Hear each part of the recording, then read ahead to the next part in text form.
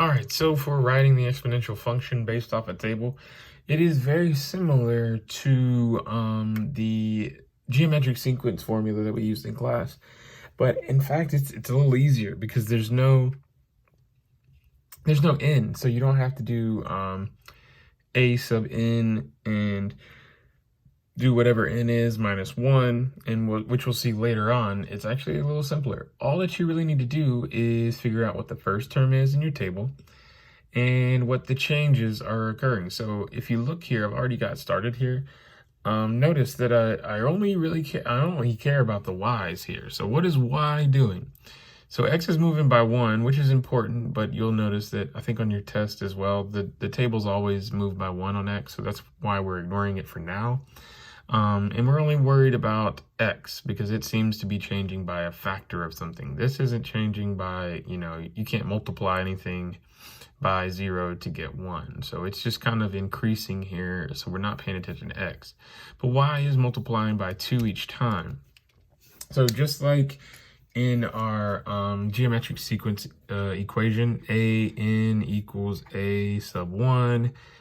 Oh geez, I'm drawing a blank.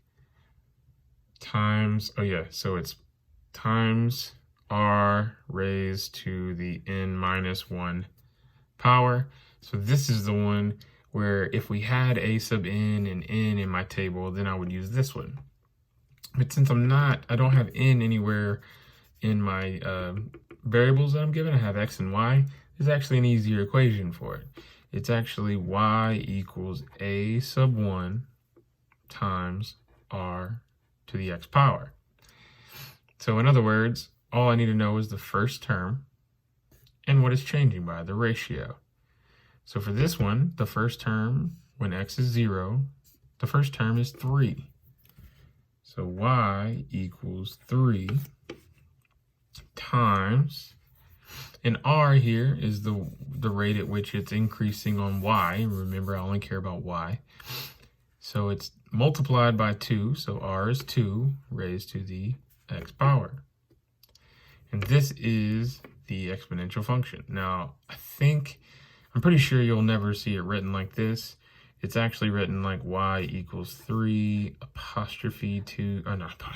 parentheses 2 raised to the x power. So this is how it'll look on your answer document, but or your answer choices. But you guys should know that these two things are the same. So again, when you're given a table and you don't see a sub n or anything about n at all, then you could use the simplified version, which is you don't even need to worry about subtracting anything from n or having an n there. Just switch this to y equals your first term times the rate to the x power. And it's always just going to be x power. So when you're coming up with a function, it's not necessarily you're solving it, you're not simplifying it, you're writing it as it just appears in the table. So you don't need to simplify or have to come up with, a whole number answer. It is okay to leave that x up there because this is your exponential function that represents the table.